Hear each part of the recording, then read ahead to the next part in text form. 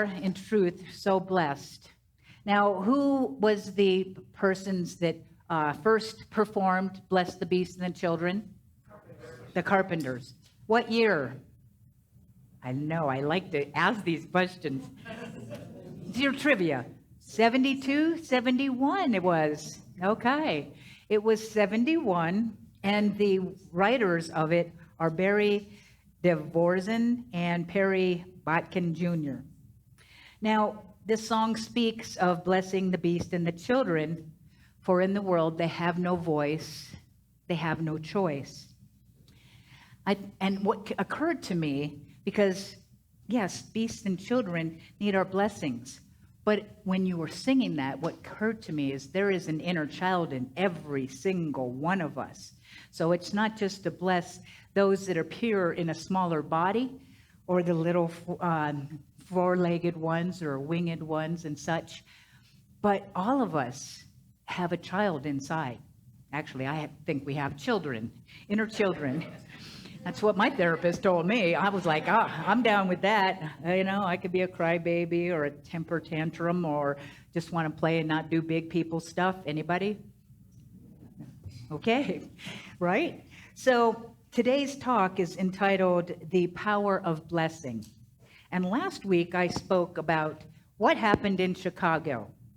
Who was here at that talk? Yes, most of you. And so what I talked about from the Parliament of World Religions that I attended the 13th through the 18th was that there was 850 different sessions, panels and workshops and events. And most of them all talked about, and all these different religions. I think there was about 100 different spiritual traditions and 200 plus countries represented, over 7,000 people.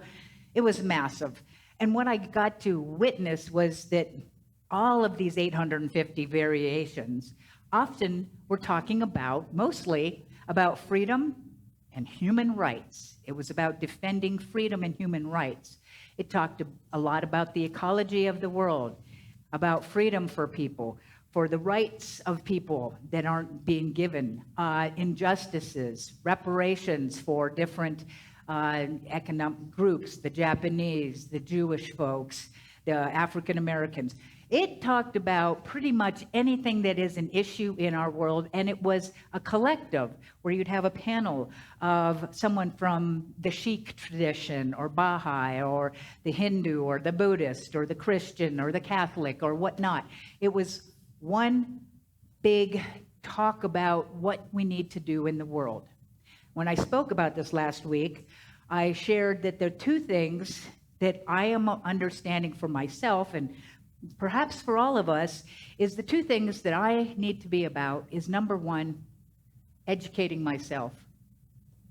What is it that I don't know that I don't know? What is it that I don't know that I don't know? Anyone here a know-it-all? Right? The thing is I have started to realize there's a lot that I don't know, and it has changed my life in the last 2 years. I didn't understand systemic racism or white privilege. Why? Because I'm pretty white privileged, and I didn't understand what that even meant. And so I needed to educate myself on what it means to be an ally, right? An anti-racist ally. What does that mean? I didn't know, but I wanted to study it. I looked at veganism for myself and the treatment of animals. I made a decision. Spirit said, you know what? You can do this, Liz. And so I've turned vegan because that's what Spirit will have me do. Now I'm talking about the earth and the ecology and finding out that only 6% of our plastics are actually being recycled. That about broke my heart. So I'm looking how I can become a zero waste. So the whole deal for last week was the two things are education, learning, exploring. What is it that I don't know about anything? Because there's a lot I don't know. And then what action is mine to do regarding that learning? Because there's much more we can do. And, we want change in our world. As Gandhi said, be the change. We're the ones that we're waiting for. And so it's up to us. It's not going to happen. But, what was it? Margaret Mead said, anything that ever happened was done by a small collective group of people. You think, oh, I can't do anything. No, the truth is, if we all do a little bit, we can transform our world. Now, besides doing education and doing the action steps that we're led to do, there is something else, and it is an inner world. It's called blessing, the power of blessing. And in 2019, I believe that Unity Santa Fe did their Adventures in Faith book study on the gentle art of blessing. It's a simple practice that will transform you and the world, by Pierre Pratervond.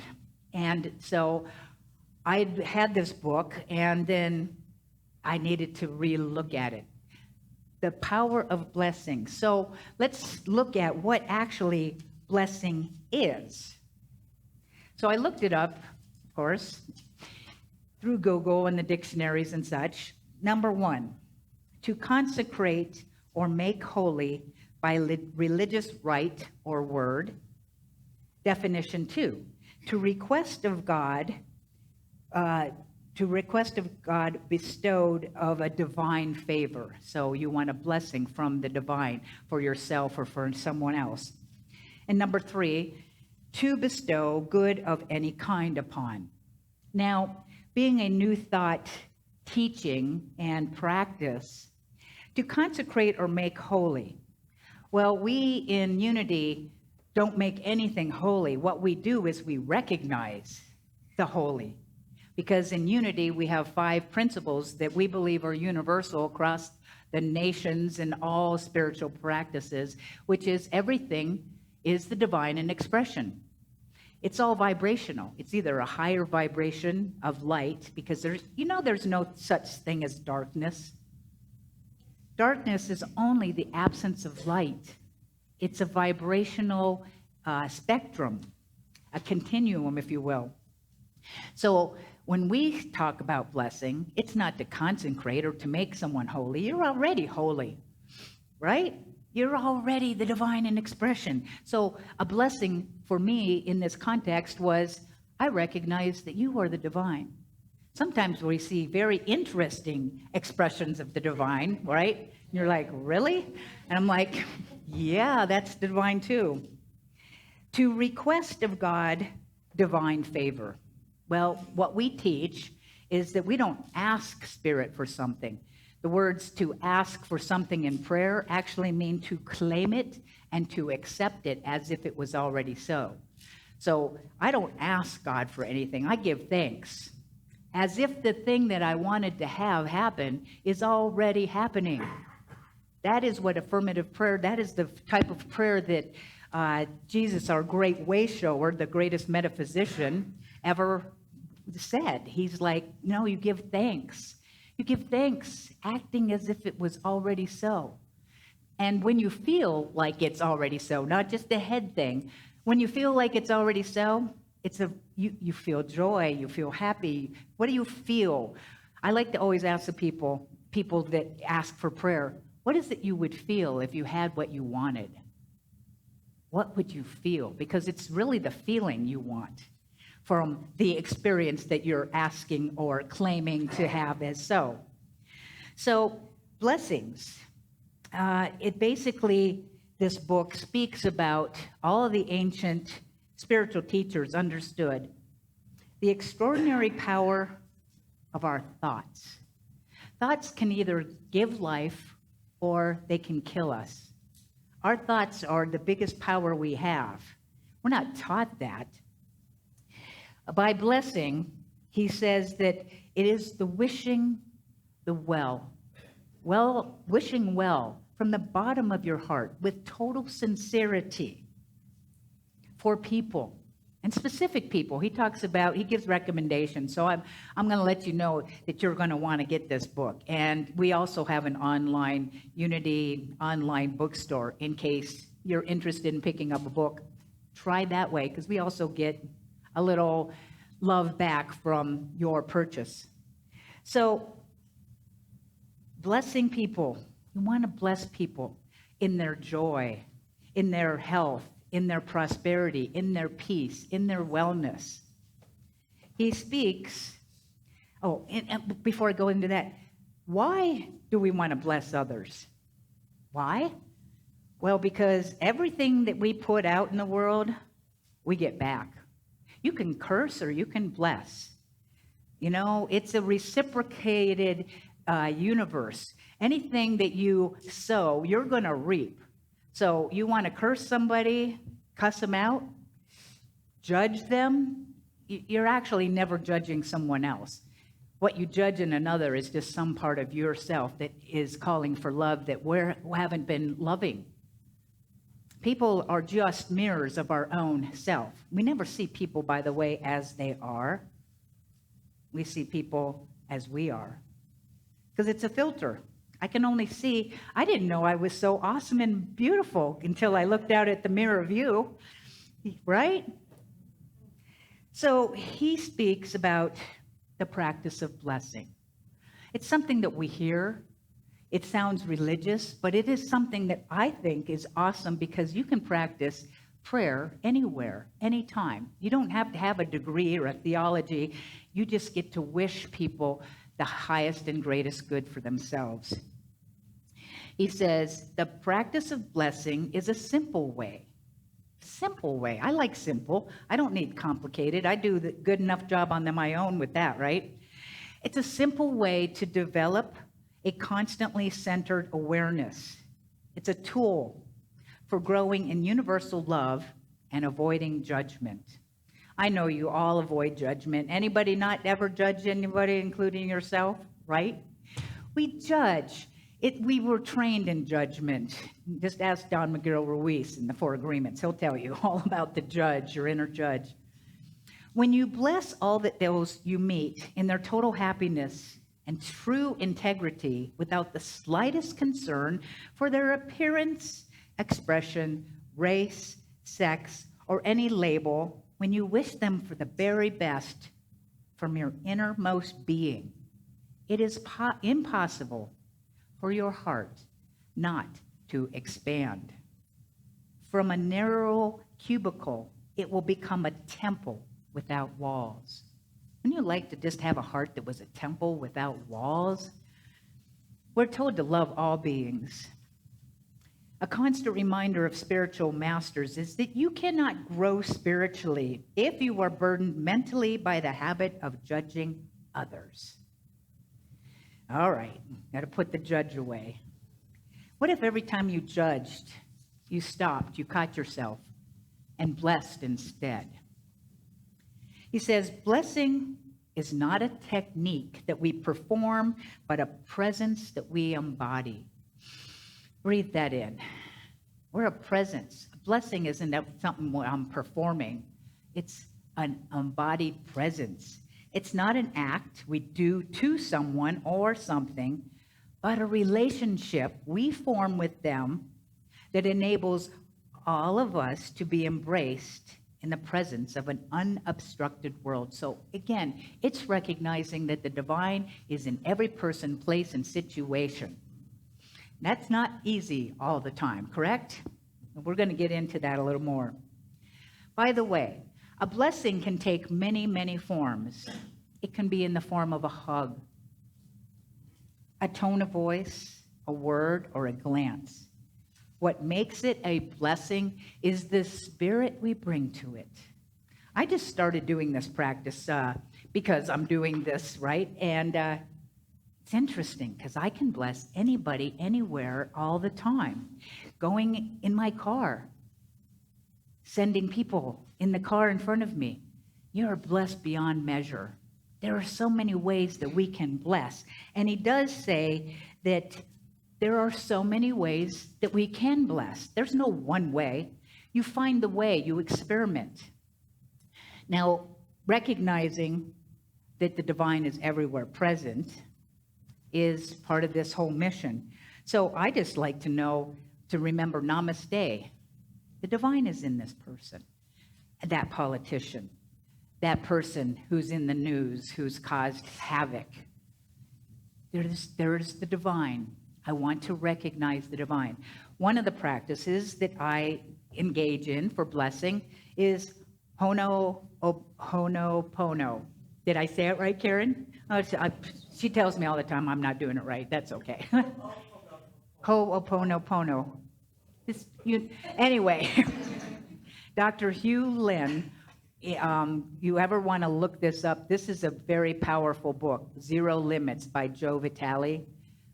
Huge. I'm not going to get into the story of it because it's going to take too much time, but it is a practice, and there's 4 lines. And those 4 lines are, I'm sorry, please forgive me, thank you, I love you. You can do that anywhere all the time. Now you might go, what am I saying I'm sorry for? Why am I asking for forgiveness? What is that about? Again, I don't want to go into that. You know, Google has all the answers, by the way. Google is the know-it-all. So if you want to know more about the Ho'oponopono, she says I did it right. Yes. Whew. Been saying it goofily every time, but I'm blessed. And I'm learning something that I didn't maybe already know. So to do the blessing, let's do that together. Please forgive me. Please forgive me. I'm sorry. Thank you. I love you. Part of his whole teaching is about the understanding that there's only one of us here.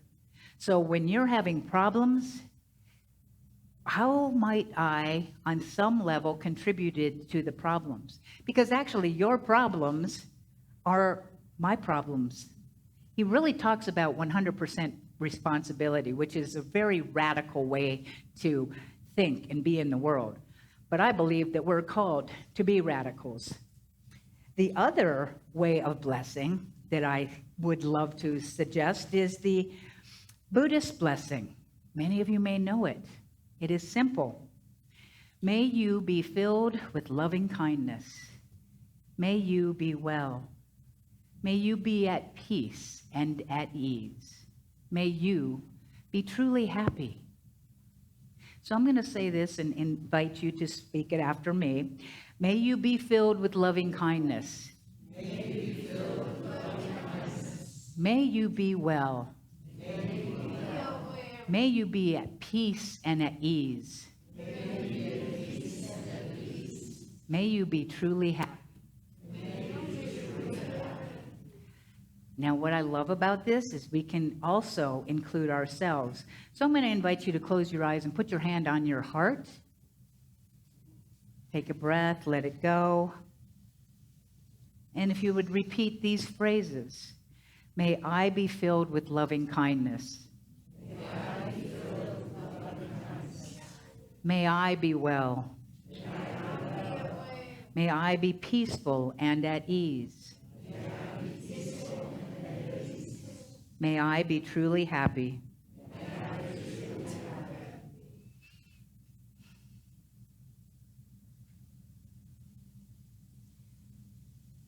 To remember to bless yourself is very, very important because, and the thing is when you do bless others, you do bless yourself.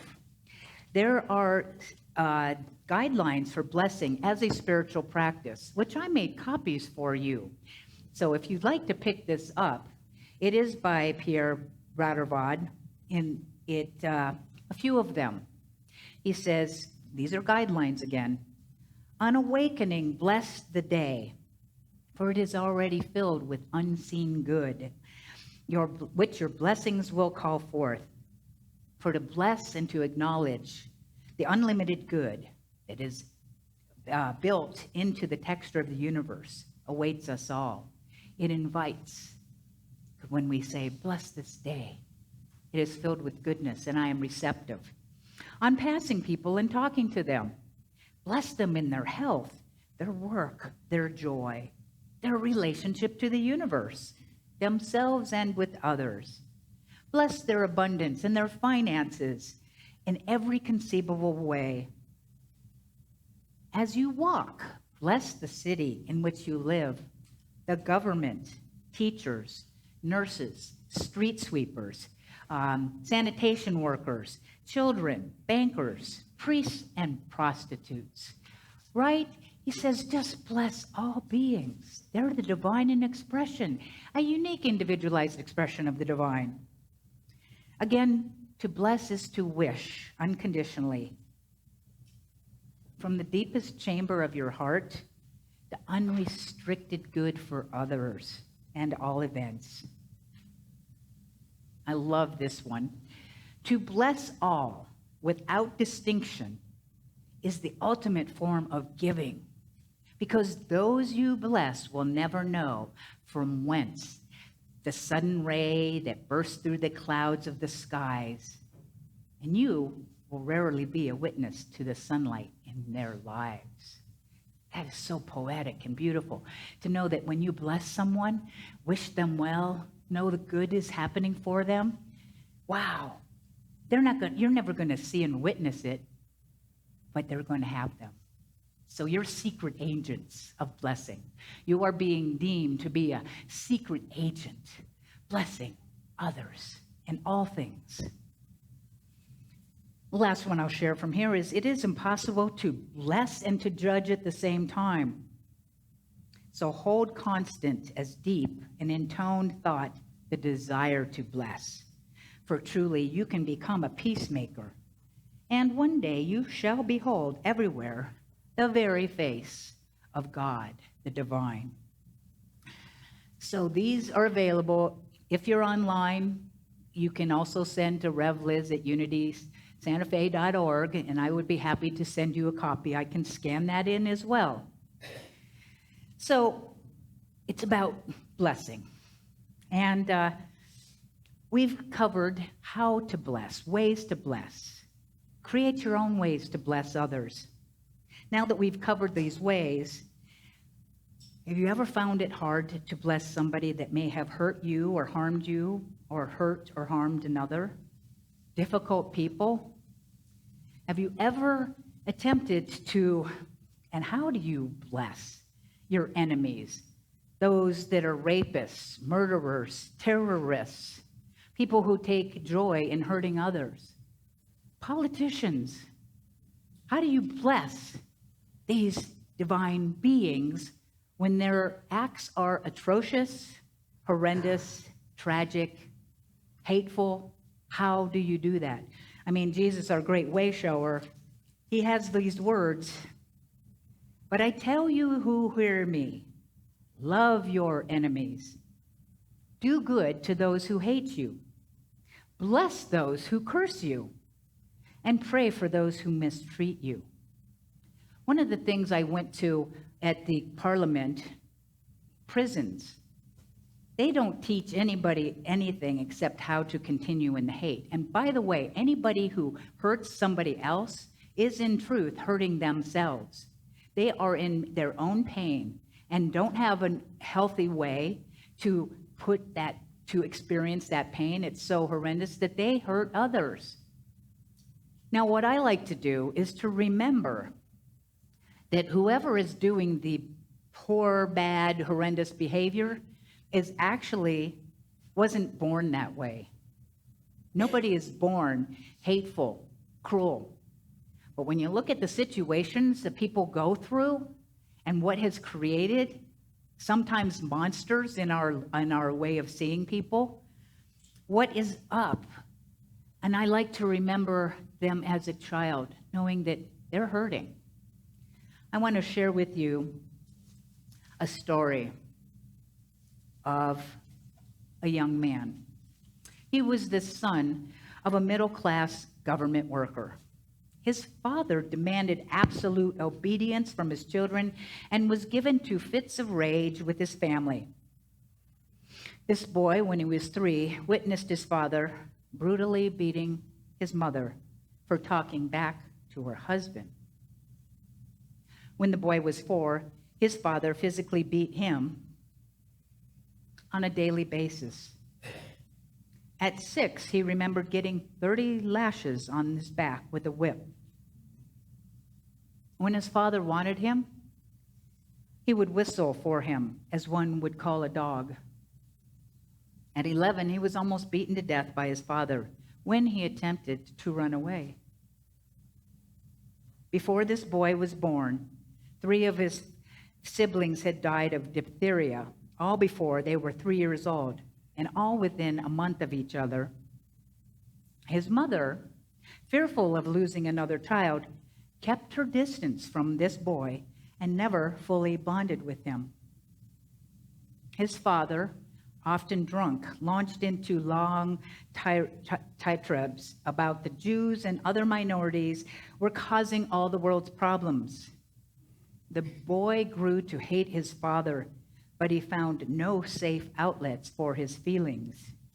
He began to bully other boys, play violent war games, and give speeches of hatred. The boy grew into a hateful man who never married or had a family of his own on whom he could act out his feelings. Instead, found a larger context for the expression of his hatred. He subjected a whole race to his hatred. This boy grew up to be Adolf Hitler.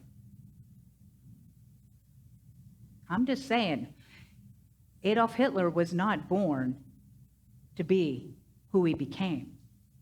I have another one here about a particular president who's up for running again. I'm not going to read it. You can read it if you want to, but I'll tell you what, similar background. These people weren't born this way. We don't know the backstory. We don't know what has happened. And so I'm asking us to have compassion, curiosity. What has happened to this person to have them behave in this way? They're still a divine being who have been usually abused, hurt, and not had the help that they needed to be who they really were. It's our job to remember that they are the divine. Their acts are calls for help. They're needing our prayers more than anyone. So, loving. We're to love all beings. All beings. It's easy to love our friends, but to love those that are, quote, our enemies. I'm going to close with what the Dalai Lama taught Mary Morrissey about relationships. Mary Morrissey had this desire to meet the Dalai Lama and others, Nelson Mandela, and she finally had an opportunity, a one-on-one time with the Dalai Lama. And she says, as she spoke to him, she spoke these words, "I've heard you speak in large stadiums. I've read your books, and I know that you and your people and your culture have been through a very rough time. For 40 years, this has been going on, and yet I can't find any resentment in anything you share. How do you not have resentment in you, considering what you and your people have been through?" His answer revealed a profound truth and a life-changing spiritual practice. The Dalai Lama said, "Everyone has friends. We all have friends. Friends are easy love, easy forgive. But we have our sacred friends. Sacred friends, very, very difficult. Chinese government, my sacred friend. Not Chinese people, Chinese government. Chinese people don't do this. This is the Chinese government that does this. The Chinese government is my sacred friend, because without the Chinese government doing what they have done, I would never have had to evolve my heart to be bigger than the pain they bring." I don't know about you, I get the God bumps. The power of what the Dalai Lama taught Mary Morrissey was that no matter what face the sacred friend wears, their presence in our lives is actually a means by which we can grow in love, become better instead of bitter. My charge, my call to you is for the next 30 days. Be the sacred agent of change and transformation. Begin blessing others. Bless in the morning. Bless all beings. See the divine in your friends and in your sacred friends. All beings need that, and we are the ones that are here to do that. We're all friends in one way or the other. So bless all beings, beasts and children, because that's what friends are for. And so it is.